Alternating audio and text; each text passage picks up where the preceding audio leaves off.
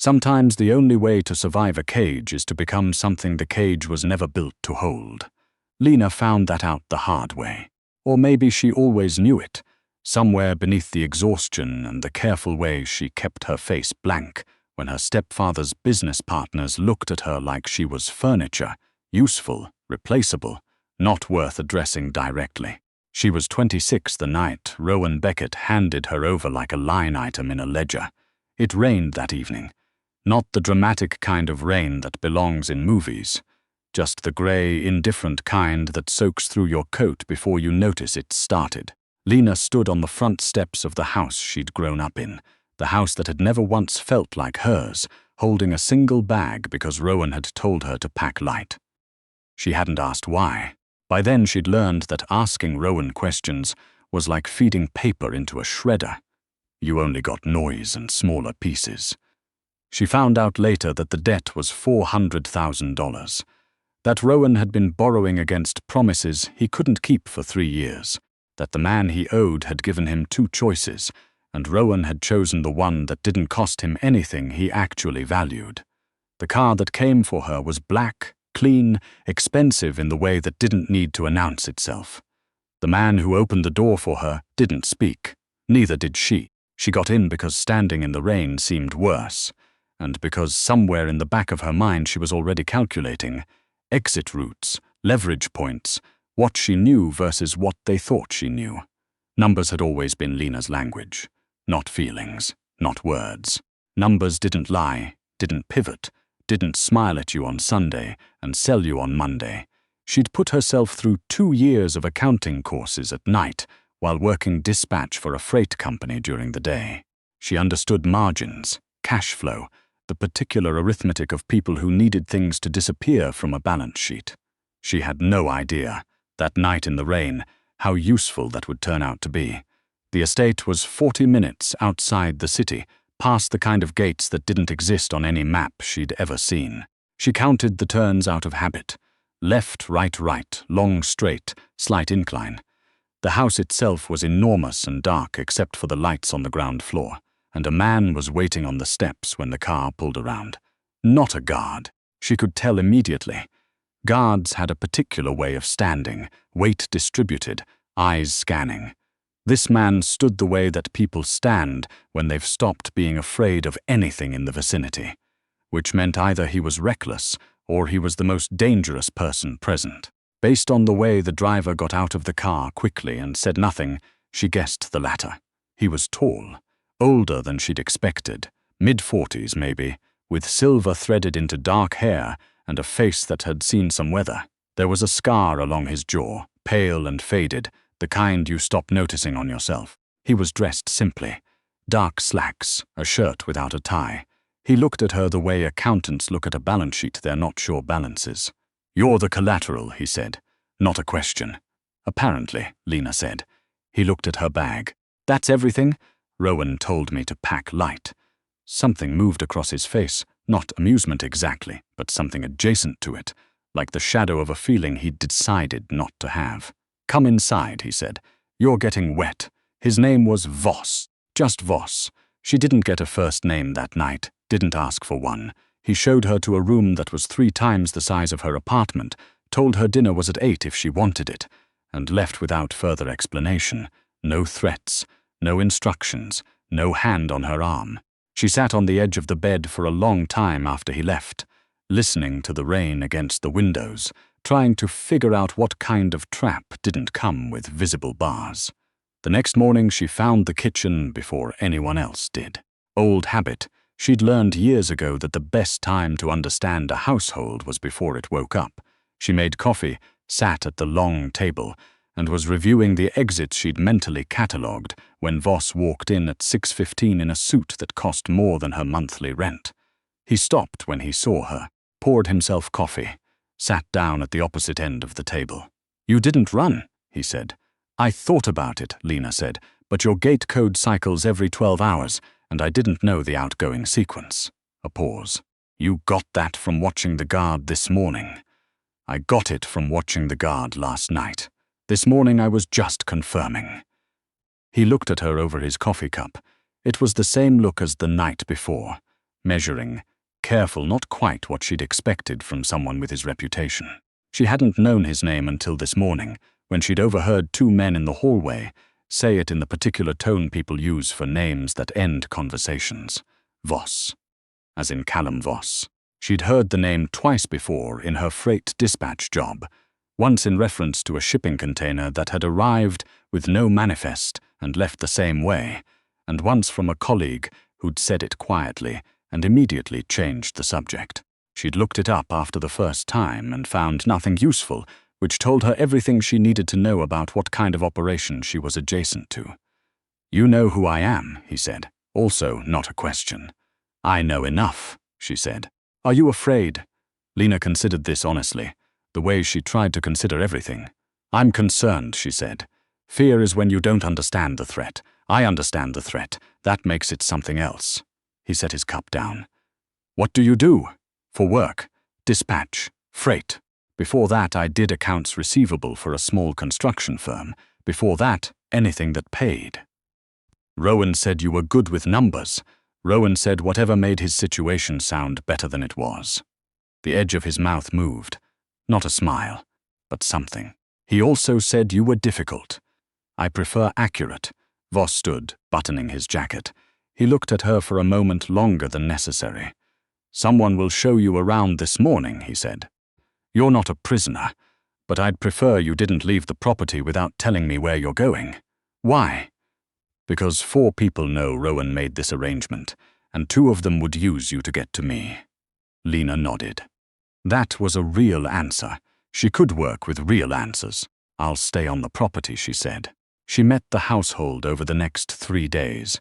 The staff who moved through the estate with the particular quiet efficiency of people well paid to see nothing, and the men who worked for Voss, who were professionally polite to her, in the wary way of people told to be polite, but not told why. There was a man named Declan who ran the security rotation and looked at her like she was a variable he hadn't been given an equation for. There was a woman named Suki who managed the house and showed Lena around with brisk efficiency and zero small talk, which Lena appreciated. On the 4th day, she made a mistake. She was in the small study off the main hall. She'd been given access to it. No one had said she couldn't use it, and she found an open ledger on the desk. Old-fashioned, actual paper. She sat down to wait for someone to retrieve it, and ended up reading it while she waited because she couldn't help herself. The same way she couldn't help counting change in her head when cashiers were slow. It took her about 90 seconds to find the error. It wasn't dramatic. It was a simple transposition in the carryover column, the kind of mistake that compounds over several pages and results in a discrepancy that looks, from the outside, like skimming. Someone had made this error in good faith. Someone else was going to get blamed for it. The number in question was significant. She found a pencil, corrected it in the margin, wrote the right figure. Then she heard the door and looked up, and Voss was standing in the doorway. He looked at the ledger, then at her. "What did you do?" There was a transposition error on page 6. It cascades through to a $3,000 discrepancy on the summary column. "Whoever you were planning to hold responsible for that didn't steal from you." Silence. "The correction is in the margin," she added. "I can walk you through it, if you want." He crossed the room, looked at the ledger, looked at it for a long time. Then he pulled out the chair across from her and sat down. "Walk me through it," he said. She did. He followed without asking her to slow down, which meant he understood it. He wasn't just taking her word. When she finished, he sat back and looked at her in that measuring way she was becoming familiar with. "You could have said nothing," he said. "Then whoever made the error would still be carrying it. They're not your responsibility." "The numbers are wrong," Lena said. That's enough. After that, things shifted in a way she couldn't fully name. Voss started leaving things on the desk in the study, not directed at her, just present. A different ledger, a report with columns that didn't reconcile, a contract with figures that seemed off. She started working on them the way she worked on everything. Methodically, without being asked, because wrong numbers bothered her the way an off-key note bothers a musician. He never commented directly. But the problems kept appearing. One morning, 3 weeks in, He sat down across from her while she was working and said, "There's a meeting this afternoon. I'd like you there." Lena looked up. "Why?" "Because the man I'm meeting with is going to present me with a profit-sharing arrangement, and the numbers are going to be wrong, and I want to see your face when he says them. You want a reaction. I want a second set of eyes that I trust." She registered the last two words and filed them quietly away. "What time?" she said. The meeting was in a downtown office that looked entirely legitimate from the outside. The man presenting was polished, silver-haired, with the kind of confidence that came from decades of being the smartest person in rooms he'd carefully curated. He laid out his figures with the ease of someone used to not being questioned. Lena sat slightly behind Voss and to his left. She said nothing, she just listened, and when the man reached his third slide, she pressed her knee very lightly against the chair leg twice. She'd done it automatically, the way you tap your pen when something doesn't add up. But Voss caught it. She saw his shoulders settle, a barely perceptible shift, the kind you only notice if you've been watching. And then he asked the man to walk him through the depreciation figures again. The meeting ended without a deal being signed. In the car afterward, Voss looked at her. "The depreciation?" He front-loaded it. "Makes year one look better than it is. By year three, you're carrying a loss that wasn't in the summary. What would the actual return be?" Lena had already done the math in her head. She told him. A long pause. "I would have caught it eventually," he said. "Yes," she agreed. She didn't say, "But not before you'd signed." He looked out the window. "You could have used that," he said. "Not said anything, let me sign. Built a reason to use later." "I could have," she said. "Why didn't you?" She thought about it honestly. "Because I don't know how to watch someone get taken and say nothing, even you." He was quiet for the rest of the drive. But when they got back to the estate, he held the door. She called Rowan once, 6 weeks in. She wasn't sure why, not to hear his voice, not to forgive him. Maybe just to say, "I'm still here." He picked up on the second ring and she could hear from his breathing that he was surprised she was calling at all. "Lena, I'm not calling to come home," she said. "There's nothing to come home to." She paused. "I'm calling because I want you to know that whatever you thought you were buying your way out of, the arrangement held. You're clear." A long silence. "Are you? Is he?" "I'm fine," she said, which was the truest thing she'd said to Rowan in years. She hung up. She didn't call again. The first time she understood that things had changed, really changed, not just shifted into a different kind of arrangement, was the night someone got through the gate. She heard it from her room. Not shouting, but the particular quality of movement that happens when people are moving fast and trying not to. She got up, pulled on her shoes, went into the hall. Declan was there. He started to tell her to go back to her room. "Where's Voss?" she said. "Mrs. Harrick. Where is he? A beat." He told her. She went to the East Wing study, the one she'd been working in for weeks now, the one that had quietly become understood as her workspace, and found Voss standing behind the desk. There was blood on his hand. Not from a wound she could see. It looked like it had transferred. Beside him, one of his men was on the phone speaking quietly. Voss looked at her when she came in. His expression didn't change, but his shoulders did the same thing they'd done in the meeting, that barely perceptible settling. "You should be in your room," he said. "Probably," Lena agreed. She looked at his hand. "Is that yours?" She sat down in her usual chair, opened the ledger she'd been working on, picked up her pencil. He watched her for a moment. "You're not going to ask what happened. You'll tell me if I need to know. Otherwise, it's your business." Another silence, longer this time. Then he sat down, not across from her, adjacent, close enough that she could see the tension in his jaw without looking directly at him. "It was a message," he said finally, "from Desmond Reese. She knew that name from 3 separate figures in his accounts, coded, but not coded enough once you knew what to look for. Reese was a competitor, and not a comfortable one. "He wants you to move on the port contract," she said. Voss looked at her sharply. "The holding numbers for the 4th quarter don't make sense otherwise," she said. "He's been pressuring the timeline. If you don't have the port locked by March, someone else will." A long beat.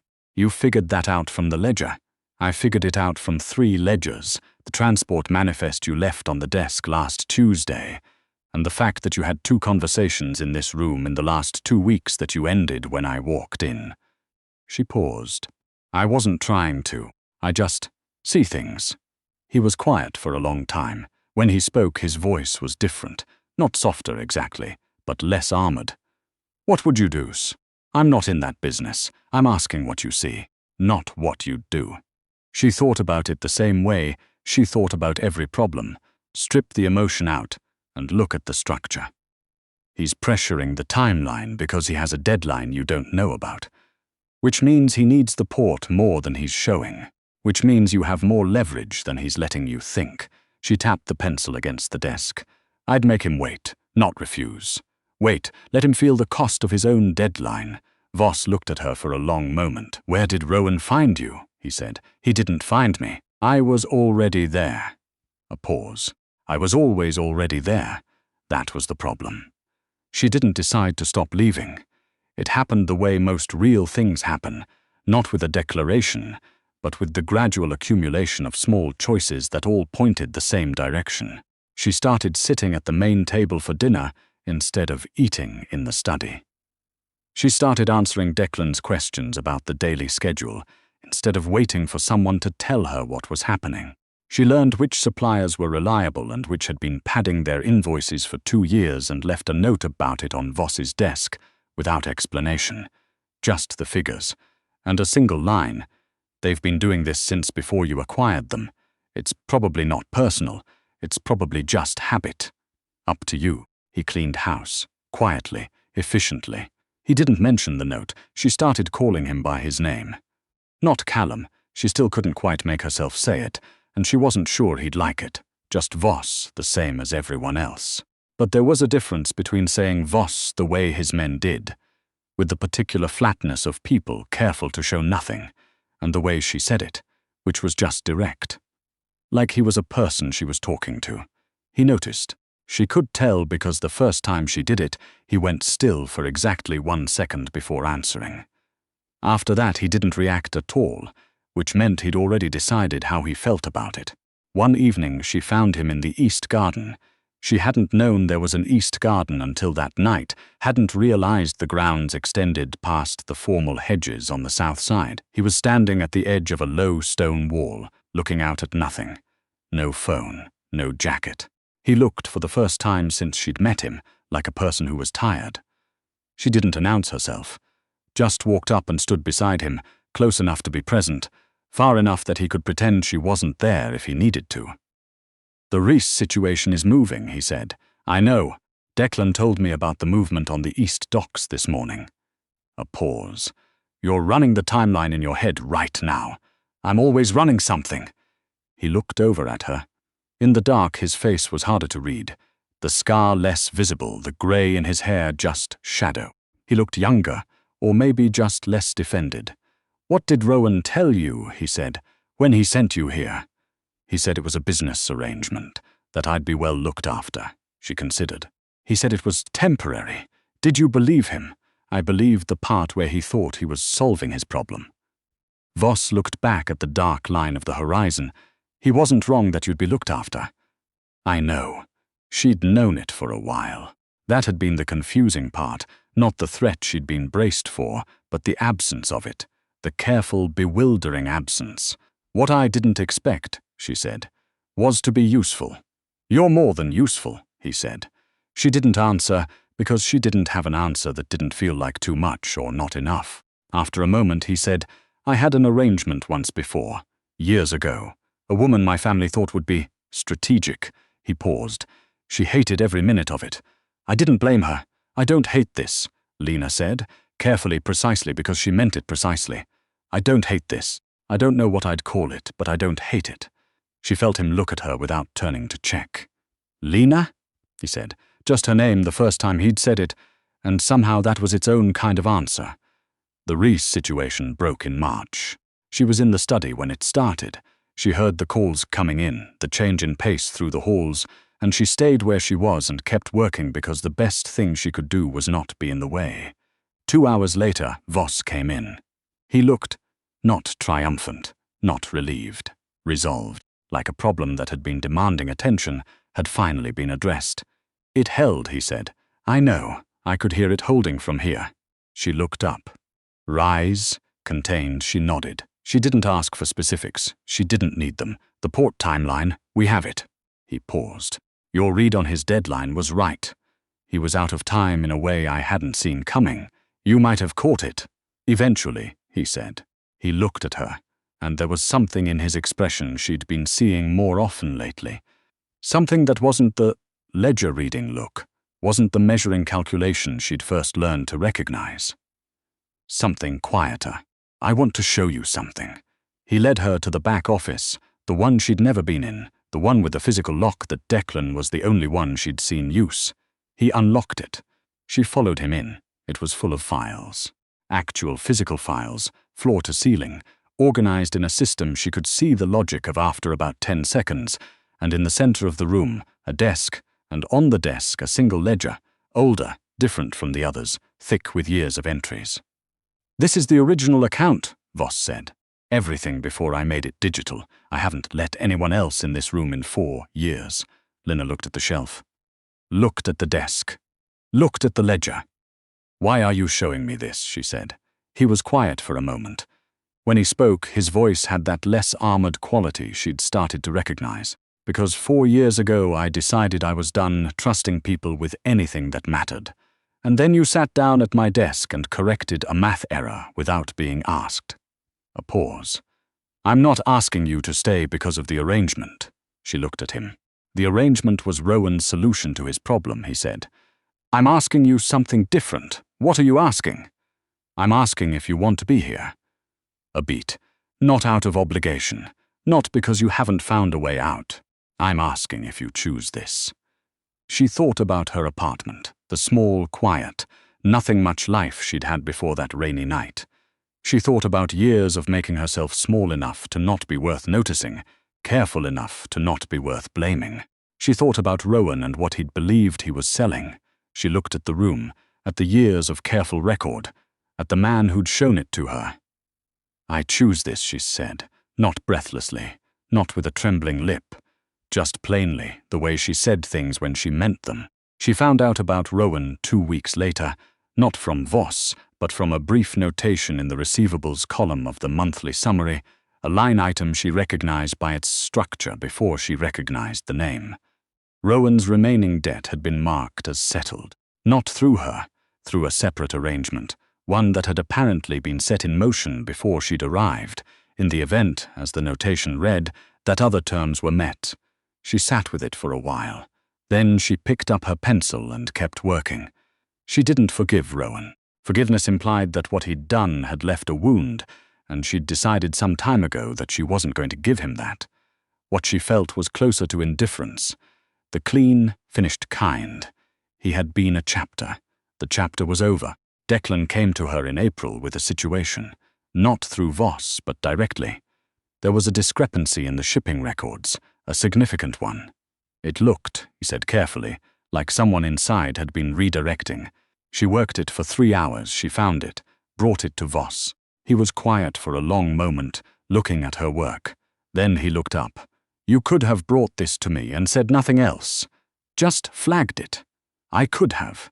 Instead, you traced it back to the source. The flag without the source is just a problem. The source is a solution. He was quiet again. Then, do you want a formal role? She blinked. What? In the organization? A formal role. Not what you've been doing, which has been substantial but formalized. With the appropriate. I heard you, she said. I'm just thinking about it. She thought about it for 3 seconds. Yes, she said. At the end of April, Voss held a gathering at the estate. Not a party, exactly, but the kind of occasion where it mattered who was present and where they stood in the room. Lena stood where she always stood. Slightly to his left, slightly behind, close enough to be consulted, and far enough that anyone who didn't know better might have mistaken her for peripheral. Nobody mistook her for peripheral.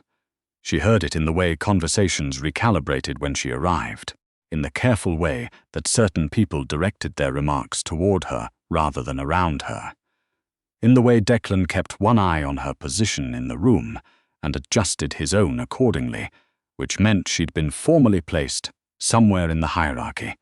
Because Declan didn't move for nothing. At one point, a man she didn't recognize, older, heavy, with a smile that didn't quite reach his eyes, approached and asked her, pleasantly, how long she'd been with the organization. "Long enough," she said. "And your role?" She smiled. A real one's, small, slightly crooked, the smile she'd mostly stopped needing. "I find the errors," she said, "and I find who made them." He excused himself shortly after. Later, near midnight, Voss found her near the edge of the south terrace. He stood beside her, the same way she'd stood beside him that night in the East Garden, close enough to be present. "You handled Garner," he said. "I didn't do anything. You told him exactly what you do in front of witnesses. That does something." She looked out at the dark grounds, at the gate lights in the distance, at the view that had, somewhere over the past months, become familiar in the way that things become familiar when you stop treating them as temporary. "You know what I think about sometimes," she said. "Tell me." Rowan thought he was getting rid of a liability. She turned to look at Voss, and he was already looking at her, the way he did more and more now. Not calculating, not measuring, something that required a different word. He had no idea what he was handing over. "Neither did I," Voss said quietly. She held his gaze for a moment. Then she turned back to the grounds. "His loss," she said. "Our gain." And somewhere in the gap between those two things, between the rain-soaked steps she'd stood on and the terrace she stood on now, between the girl who'd been handed over like a problem solved and the woman who solved problems for a man who didn't hand people over, somewhere in that distance, she had stopped surviving. She had started choosing, and no one, not Rowan, not Reese, not anyone who'd ever looked through her like she was furniture, would ever take that back.